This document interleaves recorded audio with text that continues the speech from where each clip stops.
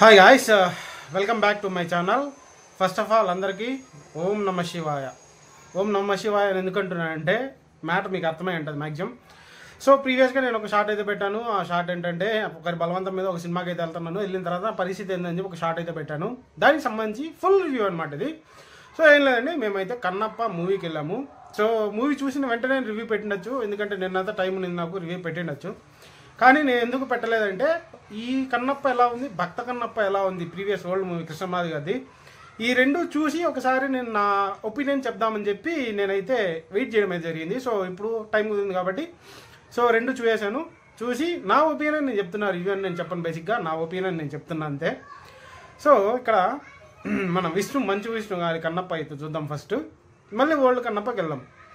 మంచు విష్ణు గారి కన్నప్ప మూవీ ఎలా ఉందంటే, సో స్టార్టింగే మంచిగా ఒక కొండలు కోయిల్లోంచి వెళ్ళిపోయేసి మంచిగా అయితే మనకి శివుడు ఉన్నటువంటి ప్లేస్ కైలాసాన్ని అయితే చూపిస్తారనమాట. శివుడుగా మన అక్షయ్ కుమార్ గారు, పార్వతిగా కాజల్ గారు ఇద్దరు అయితే నటించారు. వీళ్ళిద్దరూ వాళ్ళ పాత్రల పరిధిలో ఎంత బాగా చేశారో అనేది నేనైతే చెప్పను, కానీ నేను చెప్పేంతటోని కాదు కాబట్టి. సో బాగానే అనిపించింది నాకైతే.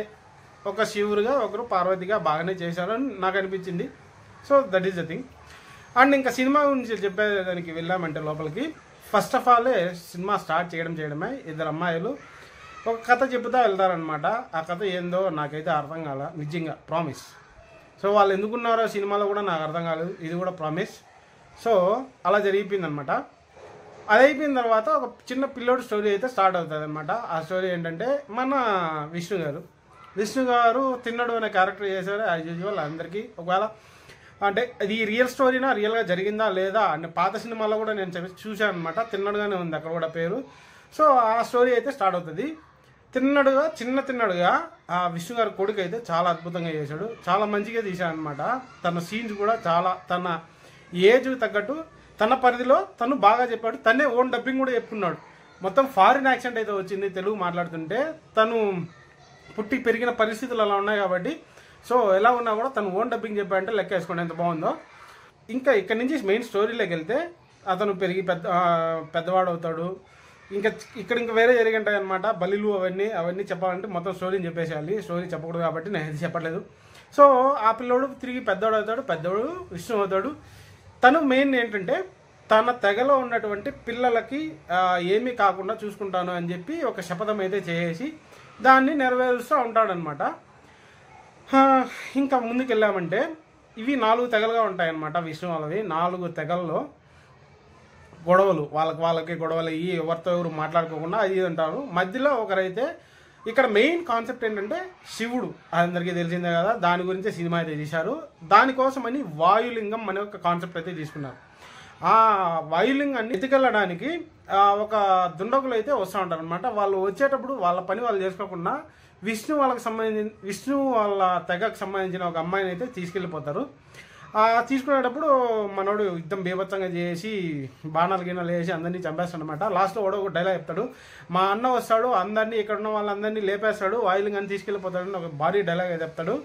దానికోసం ఇంకా స్టోరీ రన్ అవుతుంది అనమాట. ఈ 4 తెగల వాళ్ళు కలిసిపోవడము, వాడు రావడము, యుద్ధం చేయడము. ఆ యుద్ధంలో శరత్ కుమార్, విష్ణు వాళ్ళ నాన్నగారు శరత్ కుమార్ అనమాట, ఆ తెగకు పెద్ద. సో ఆయన చనిపోవడము, ఇదంతా చాలా స్టోరీ అంతా మనం చెప్పాల్సిన అవసరం లేదు, చెప్పకూడదు కూడా, కాబట్టి అది చాలా జరిగిపోద్ది. ఇక్కడ మెయిన్గా చెప్పాలంటే ఈ ఫస్ట్ పార్ట్ వరకు నేను చెప్తున్నా.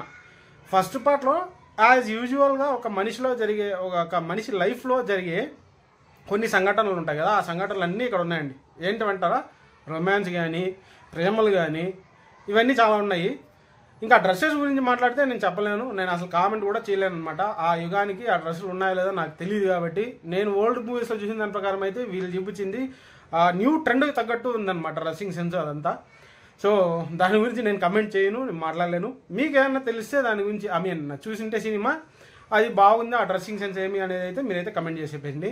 అండ్ ఇంకో థింగ్ ఏంటంటే సెకండ్ పార్ట్కి వెళ్ళామంటే ఫస్ట్ పార్ట్లో నాకు కొద్దిగా బోర్ అయితే కలిగిందండి, ఇది మాత్రం గ్యారంటీ చెప్తాను. నేనైతే కొంచెం నిద్రపోయా, కొంచెం ఫోన్ చూసుకున్నా, ఆ సాంగ్స్ వినలేక, రొమాంటిక్ సాంగ్స్ ఇవన్నీ రొమాన్స్ చూడలేక నేనైతే ఫోన్ చూసుకున్నా. ఎందుకంటే మనం పోయింది భక్తి సినిమాకి కదా, మెయిన్ దానిపైన కాన్సన్ట్రేట్ చేయాలనుకుంటే అక్కడ ఏమో చూపించారు కాబట్టి అవన్నీ నేను చూడలేదు. ఇంకా సెకండ్ పార్ట్కి వచ్చేసామంటే సెకండ్ పార్ట్ కూడా ఫుల్ లాగ్ తీశారు. ఒక దేవుడిపైన నమ్మకం లేనటువంటి ఒక వ్యక్తి దేవుడిపైన నమ్మకం ఎలా కలిగింది, దానివల్ల ఎటువంటి పరిణామాలు తిని ఫేస్ చేశాడు, ఇవన్నీ బాగా చూపించారు. అండ్ ఇక్కడ నేను మెయిన్ పాయింట్ చెప్పాల్సింది ఏంటంటే, ఫస్ట్ హాఫ్ సెకండ్ హాఫ్ అన్నిటికీ కలుపుకుంటే కూడా సెకండ్ పార్ట్లో ప్రభాస్ ఎంట్రీతోనే సినిమా ఒక లెవెల్గా అయితే వెళ్తుందనమాట. ఇలా పడుకోండే సినిమా ఇలా లేచి వెళ్ళిపోద్ది అనమాట. అలా తీశాడనమాట ఆ డైరెక్టరు. సో ప్రభాస్ వచ్చినప్పటి నుంచి మనం చూసానికి కొద్దిగా ఇంట్రెస్టింగ్ కలుగుతుంది. శివుడి మీద భక్తి ఎలా ఏర్పడింది, ఆ శివుడి కథ, భక్తగా కన్నప్పగా ఎలా మారాడు, తిన్నాడని అతను, ఇదన్నీ ఒక రకంగా చూపించారు బాగా. అండ్ వాయులింగ్ అని ఒకరే పూజిస్తూ ఉంటారు, అదే మోహన్ బాబు ఈ సినిమాల క్యారెక్టరు. ఆ వాయులింగ్ అని తిని పూజిస్తూ ఉంటాడు, తిన్నాడు పూజిస్తూ ఉంటాడు. పూజించేటప్పుడు తను వచ్చి ఏవో చేసి తిన్ని కొడతాడు. లాస్ట్లో ఫైనల్గా అన్నీ జరిగిపోతాయి. తిన్ని కొట్టడం చూసేసి మనకు అక్కడ లింగం ఉంటుంది అనమాట, వాయులింగం. అక్కడ ఆ లింగానికి కళ్ళు రూపంలో పెడతారు. ఆ కళ్ళల్లో నీళ్లు కన్నట్టుగా చూపిస్తారు. అది ఓకే, అలా చూపించారు. సో ఓకే, బాగానే ఉంది సినిమా అయితే. ఇంకా మెయిన్ కాన్సెప్ట్ ఒకటి ఏంటంటే, మనోడు శివుడికి కళ్ళల్లో రక్తం కారుతూ ఉంటుంది కదా, రక్తం కారేటప్పుడు ఏమనుకుంటాడంటే, ఆ రక్తం కారేదానికోసం అనేసి ఈ కన్నుని అయితే తీసి పెడతాడు. తన కళ్ళని తీసి పెట్టేది ఎట్లా అంటే, ఫస్ట్ అయితే శివ ప్రతిరూపంలో ఉన్నటువంటి లింగానికి కుడి కన్నులో రక్తం కారుతుంది. మనోడు ఏం చేస్తాడంటే ఎడం కన్నుని తీసి పెడతాడనమాట. అది నాకు అనిపించిన బీభత్సమైన వద్దులే, కామెడీ అవన్నీ అనిపిస్తాయి. సో భక్తిగా చూసేటప్పుడు అవన్నీ ఏం తెలియవు. నేను మళ్ళీ సినిమా అయిపోయినాక మళ్ళా నా మైండ్లో స్ట్రైక్ అయిందనమాట భక్త కన్నప్ప సినిమా చూసేటప్పుడు. సో ఇలా జరిగింది. ఇంకా ఎడం కన్నుకి కుడి కన్ను తీసి పెడతాను అనమాట. అదంతా వేరే కాన్సెప్ట్. మొత్తానికి సినిమా అయితే బాగా తీశాడు. కానీ మన తెలుగు డైరెక్టర్స్ ఎవరైనా అయితే ఇంకా సూపర్గా అద్భుతంగా మంచి సీన్స్ అయితే సీన్స్ అంటే ఆడ పెట్టిన సీన్స్ని ఇంకా కొద్దిగా ఎలివేట్ చేసి బీభత్సంగా తీసినారని నా అభిప్రాయం అనమాట. ఇంకోటి, మన తిన్నటి చేతిలో ఒక బాణం ఉంటుంది, ఆ విల్లు కదా, విల్లు ఉంటుంది. ఆ విల్లుని అయితే ఇరగొట్టేసి కత్తిగా చేసి ఆడతారనమాట. యుద్ధం చేసేటప్పుడు ఆ కత్తిలు ఎలా ఉన్నాయంటే ఊగుతున్నాయి కత్తులు, డింగ్ డింగ్ డింగ్ డింగ్ డింగ్ అని. ఆ డైరెక్టరు, ఆ ఆర్ట్ డైరెక్టర్ ఎవరో నాకు తెలియదు కానీ మొత్తానికి దాంట్లో అద్భుతంగా తయారు చేశాడు. అంత అద్భుతంగా రాజమౌళి సినిమాల్లో కూడా చూసాం కానీ మరీ అంత దారుణంగా చూసినలేదు నేనైతే. అట్లా ఊగడం అయితే ఆ కత్తులు, ఇది ఏందనమాట కాన్సెప్ట్. నాకు అనిపించింది ఇది మొత్తానికి ఓకే, బాగానే తీశాడు. అండ్ ఇంకా మన తెలుగు డైరెక్టర్లు ఇంకా ఉన్నాయంటే ఇంకా బీభత్సంగా తీసుంటారు, అదనమాట మ్యాటర్. అండ్ ఇంకా భక్త కన్నప్ప సినిమాకి వెళ్ళామంటే, అబ్బా ఈ కన్నప్ప చూసి నేను భక్త కన్నప్ప సినిమా చూసేటప్పటికి నాకేమనిపించిందంటే, బాబు మీరు ఎక్కడున్న స్టోరీని ఎక్కడికి వెళ్ళి తీసుకెళ్ళి ఏమేమి పెట్టి రొమాన్స్ అయింది ఇవన్నీ ఏంది అని అయితే నాకు అనిపించింది అనమాట. భక్త కన్నప్ప సినిమా అయితే అద్భుతం అండి. అసలు కృష్ణంరాజు గారు జీవించేశారు ఆ క్యారెక్టర్లో. మన ఈడ విష్ణుబాబు గారు అయితే ఓకే చేశాడు బాగానే, కానీ అంత జీవించి అయితే చేసిండేదనమాట. ఓకే, తన పరిధి మేర బాగానే చేశాడు, అది నేను చెప్పగలను అంతే. ఇవాళ రివ్యూ అయితే నాకు తోచింది నేను చెప్పాను. ఇది రివ్యూ అని నేను నా పాయింట్ ఆఫ్ వ్యూ అనమాట, అంతే. సో మీకు చూడాలనిపిస్తే చూడండి, లేదంటే ఇట్స్ అప్ టు యూ. ఎందుకంటే ఒక రకంగానే ఉంది మూవీ, మరీ తీసి పడేసేలాగైతే లేదు. ఫస్ట్ హాఫ్ మాత్రం చాలా బోర్ కలుగుతుంది. 3 hours సినిమాలో, సినిమా థియేటర్లో మిమ్మల్ని ఎంగేజ్ చేయడం అయితే డైరెక్టర్ అయితే చేయలేకపోయాడు, అది గ్యారంటీగా చెప్పగలను నేను.